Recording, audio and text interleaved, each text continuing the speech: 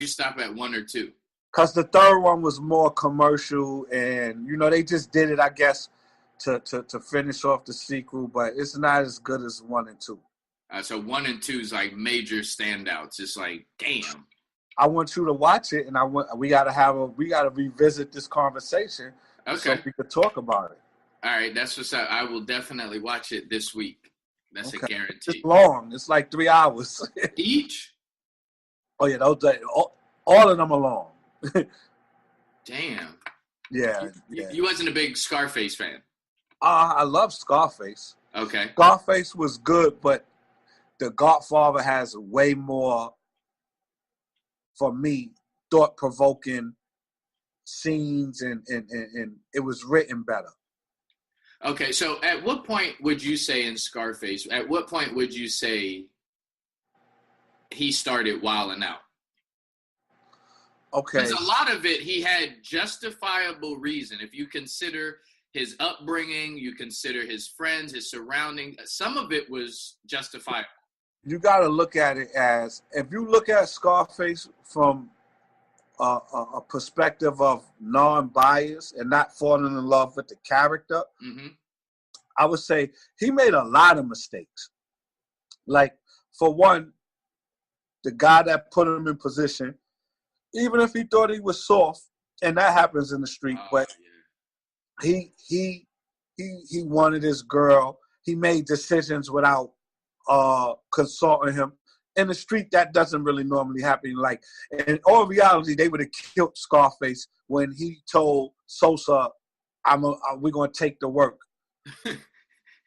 And he had to come back and tell the boss. And the boss told him, like, yo, are you crazy? If we don't finish this work, he'll send a hit squad. And Scarface told him, don't worry, I'll hit the street. I'll get out there and do it. Normally, he would have died then. You don't make decisions for my crew without telling me, and all you is like my worker. Mm-hmm. That was a mistake he made. And then another mistake he made was he made the deal with Sosa, and they told him this guy has to die. He said no women and children. Oh, yeah. Them women and children had to die. That's it. Oh, you think he was wrong for doing that? Yeah, he should have killed them. He should have blew that car up. Wait, why? Why would he do that? In the street, in that, especially in that forum, there's no honor amongst thieves. There's no loyalty. Like, all that. I'm not killing women and children. When that man decided to snitch on those powerful people, he put his family in jeopardy. Oh, so that's not real. When we see that on TV and shit, that's not real? What do you mean by that's not real? With the women and kids. If that was in the real world, that car would have got blown up. Wow. I always thought that was like a good thing. I was like, damn, okay, at least he did that. I mean, he had integrity and all that, but you see what they did? They came and got him for that. He fucked the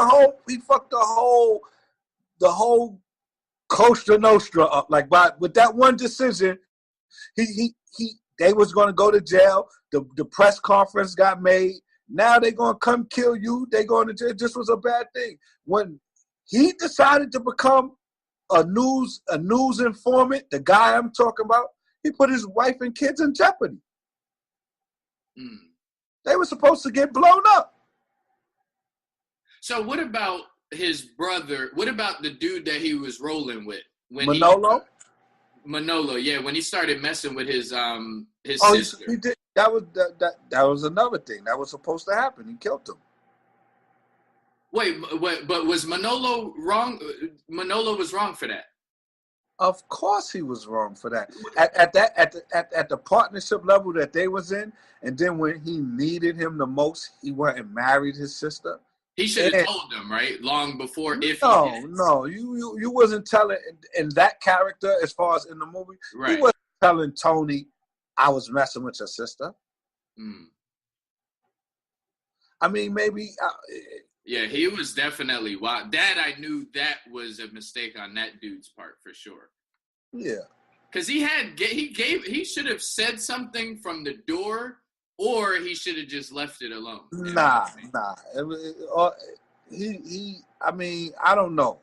When you like somebody, you like somebody. So I can't say that. But at the same token, they was going to get killed anyway. Sosa and the people was not going to stop coming. What about the part in the bathroom scene where he didn't give up the connect, or he didn't give up the connect? Remember his boy got killed in the shower? Yeah. Is that valid, or is that real, or is that Hollywood? I mean, the whole movie was Hollywood, but at the end of the day, that was a real scene because, in the street, he had integrity. He wasn't giving up the connect. It's casualties in war. Like, that's how it goes. That was a real scene. I like that scene. You read books. I actually was in Collins Avenue and I rode past the cars. Oh, wait. The cars from the movie is still in front of the hotel in Miami. Okay. The Colony, right? Yeah. Okay, yeah. You read books. Of course. Okay, you speak like you read books. You have to read books. The most dangerous man in the world is a black man with a library card. Why you say that? If you want to hide something from a black person, put it in a book. So the black man that reads is a dangerous man.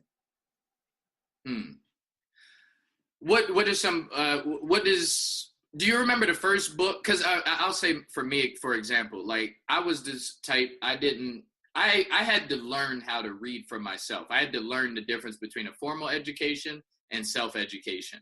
Well, reading is about comprehension. It's not even about the education part. When you read a book, it's about understanding what you're reading. So for reading, you just got to comprehend understand the words and how it's written and understanding what the author is trying to translate to you through your thoughts through words. So is there a book that stood out for you that said, you know what, I'm going to get on this reading shit? Or were you just always that way? Yeah, when I was little, like when I was in the first, second, third grade, I had good teachers, and they always, like book reports. I used to like to do book reports because we used to have to do like 5 different kind of book reports, either a written book report, or you have to do a demonstration, or you have to do like a shoebox and create a scheme for what you read. So I was always intrigued by that, and I always like when I read books, I always felt like I learned something. So I always like to read. Okay, what are you reading now? Well, right now I'm actually reading it's from Little Melvin from Baltimore. Mm-hmm. It's called what's the name of the book? It's called I think it's called The Last of the Game. Something I can't remember, but it's a book about Little Melvin from Baltimore. And he was like a street gambler and a hustler. The guy they made The Wire off of. So I'm reading that book. I read all types of books. Like I can read a novelty book. I can read like a sex book. I can read a gangster book. I can read a finance book. I read everything. You read 48 Laws of Power? I've read it, yeah. Okay. What's your take on it? I'm hearing the temperature is saying that some people say 48 Laws of Power is something that you should not use in real life because if you do, you're going to get messed up. And some people say you need to use these 48 Laws of Power in life. What's your take on that? Everything is debatable. It depends on what some things you have to take that's valid to you per se, and then some things you have to throw away. All 48 laws ain't for everybody, but it's a law that's for everybody. You understand what I'm trying to say? Mm-hmm. Like, never try to outshine the master.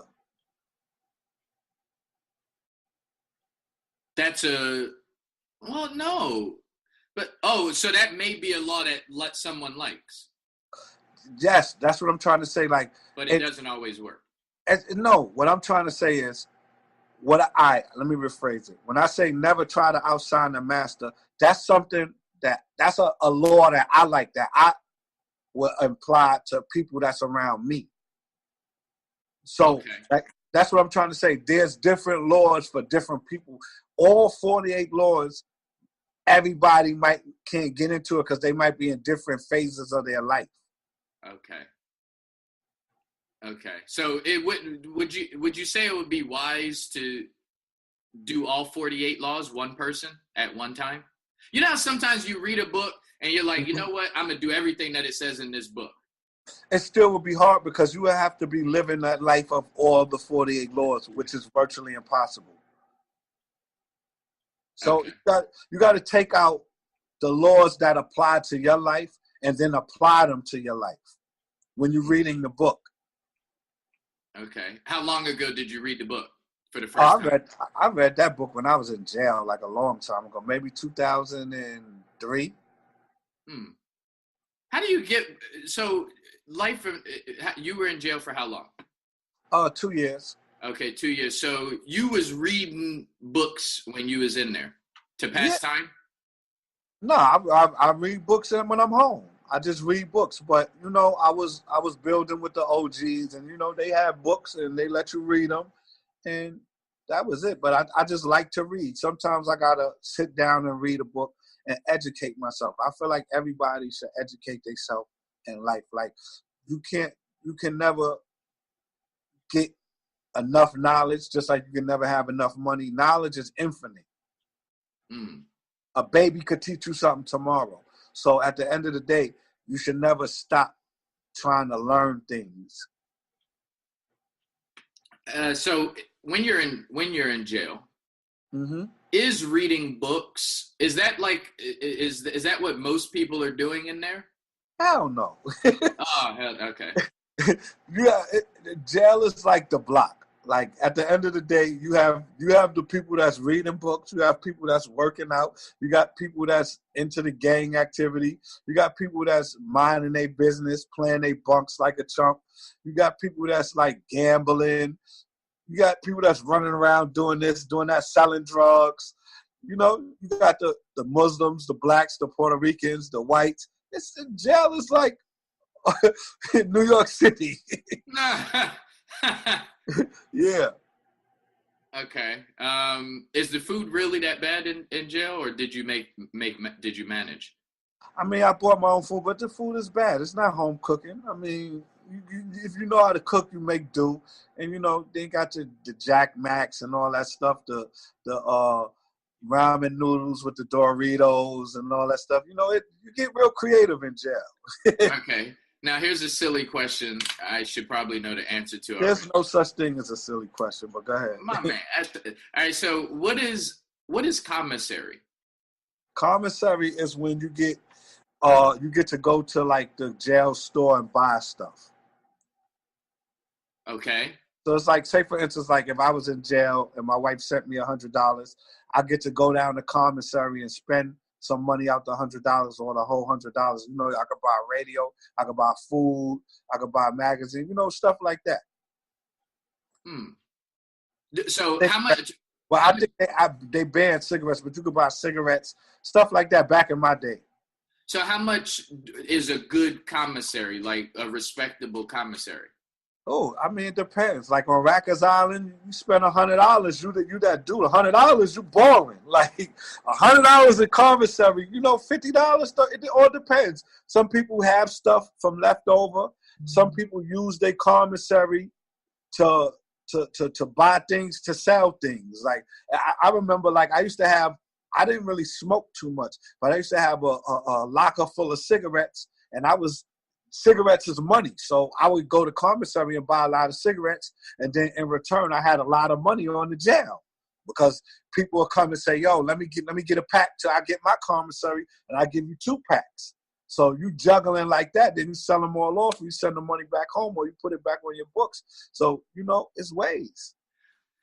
Wow. All right. So I know you was in the streets. We obviously know that, but I'm curious to know, before you went to jail, well, after you got out of jail, would you say in hindsight that it was everything that you thought it would be, or was it nothing like what you thought it would be? I mean, I was not like in a